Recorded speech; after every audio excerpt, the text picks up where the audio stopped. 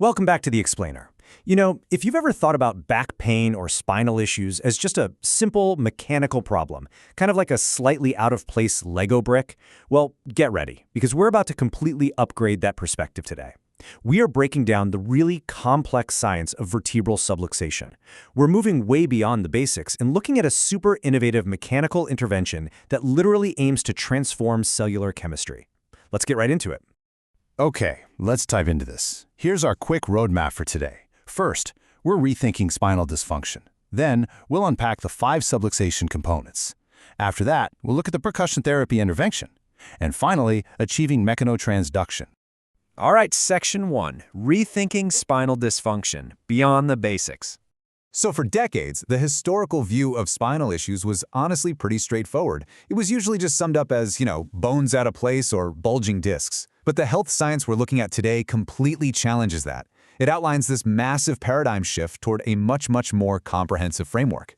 We're talking about the multi-component vertebral subluxation complex. The modern setup of this complex is widely credited to Leonard Fay, who published this multi-tiered model way back in 1983. And it basically proposes that spinal dysfunction is not just some singular structural issue, it's actually a cascading series of interconnected pathologies.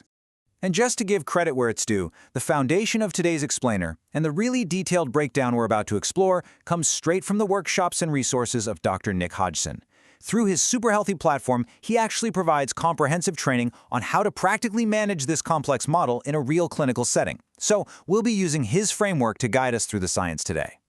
Moving right along to Section 2, the 5 subluxation components, the interlocking puzzle. Now, what's really interesting about this slide is how these 5 components are represented. See how they're overlapping circles? We've got kinesiopathology, neuropathophysiology, myopathophysiology, histopathology, and pathophysiology. That is a mouthful, I know. But the absolutely crucial takeaway here is that these are not isolated events. According to the model, a subluxation almost always involves all 5 of these components happening at the exact same time, just overlapping in different combinations and proportions. So let's break down exactly what each of these heavy clinical terms actually means. Starting with kinesiopathology. Basically, think of this as the physical movement piece of the puzzle. If you imagine your spine as this incredibly complex set of hinges, this biomechanical component is what happens when a hinge gets stuck, or maybe a bit rusty. It shows up as a physical restriction.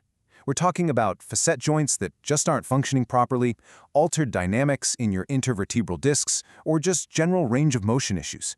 It's really the structural foundation of the whole dysfunction. Okay, moving into the nervous system, we have neuropathophysiology. And as the name kind of gives away, this deals entirely with abnormal nervous system function. So this can be things like functional nerve root impingement or altered pain perception. But a huge part of this is a concept called disafferentiation. Just imagine the sensory highway between your body and your brain suddenly hitting a massive traffic jam, or maybe sending out faulty GPS signals. That is essentially what's happening when abnormal sensory input, whether it's about physical position, movement, or pain, just totally scrambles the communication between your body and your central nervous system. Now, when the mechanics and the nerves are misfiring like that, your muscles are forced to react, right? And that brings us to myopathology, which deals with myofascial changes. This usually shows up as muscle hypertonicity. That's basically your muscles getting locked into this chronically tight, protective spasm. Or it could be the exact opposite, hypotonicity, where the muscles fatigue so much they practically just switch off entirely. This component is also responsible for the development of trigger points, sprains, strains, and even fibrous changes right there in the soft tissues. Then, if we dive down from the muscles all the way to the microscopic level, we hit histopathology. This is where physical stress turns into a sort of toxic chemical soup. It triggers acute or chronic inflammation right down at the cellular level. But it actually goes a lot deeper than just simple swelling. We're talking about chemical interference with neurotransmitter pathways in the central nervous system and even altered cerebrospinal fluid dynamics. And finally, the endpoint of all this unmanaged strain is pathophysiology. This is the systemic, long-term degenerative damage that essentially ripples out from the spine. Because of shared neurowiring, it can even compromise distant organs. It encompasses all those chronic compensatory changes in your interconnected spinal structures, which ultimately leads to cascading degenerative changes throughout the entire body. It's the whole shebang. Which brings us to Section 3, the percussion therapy intervention, the 3D energy gun. So, the intervention highlighted in our sources centers on an instrument called the 3D energy gun. Now, you know percussion massage guns have been around for a while, mostly just used for sore muscles after a workout. But this specific device features modifications specifically designed to manage vertebral subluxation. It has a modified tip designed not just for muscle, but to allow safe, direct contact with those bony spinal prominences. And crucially, it incorporates a rotating head feature.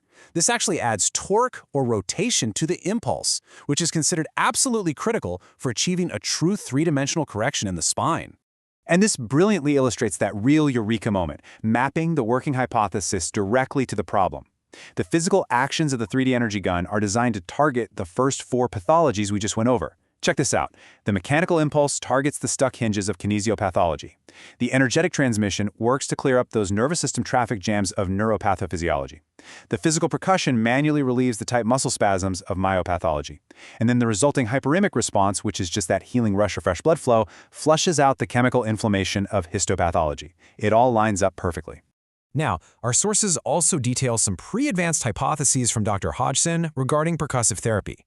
The belief here is that applying specific impulses at very specific frequencies and forces does way more than just relax a muscle. It's actually hypothesized to clear dysfunctional ascending neural gateways. Plus, it aims to deliver therapeutic mobilization to the body's tensegrity network. Think of how a suspension bridge uses continuous tension to stay perfectly strong and balanced. It's exactly like that. It even engages the piezoelectric properties of our tissues, which, if you don't know, is essentially the body's unbelievable ability to generate its own electrical charge in response to applied mechanical pressure. How cool is that? All right, moving into our final part, Section 4, Achieving Mechanotransduction, the Ultimate Goal. Let's move back to our earlier model and see how this builds. Remember that 5th, degenerative circle? Pathophysiology. Well, the working hypothesis is that you don't actually treat pathophysiology directly. Instead, by combining the treatments that positively impact the movement, the nerves, the muscles, and the cellular chemistry, the overall cumulative effect naturally addresses and mitigates that final systemic degenerative pathophysiology. And the main medical buzzword that encapsulates this entire process, like the ultimate aim of applying this percussive tool to the spine, is mechanotransduction. This is the biological mechanism by which our cells literally convert a physical mechanical stimulus into electrochemical activity. It is the direct bridge between a physical force applied to the outside of the body and a chemical cellular response happening on the inside. It is honestly such a profound concept to wrap your head around. It moves us so far past the idea of just, rubbing a sore muscle and straight into the realm of cellular transformation, which really leaves us with a fascinating question to ponder as we wrap up today.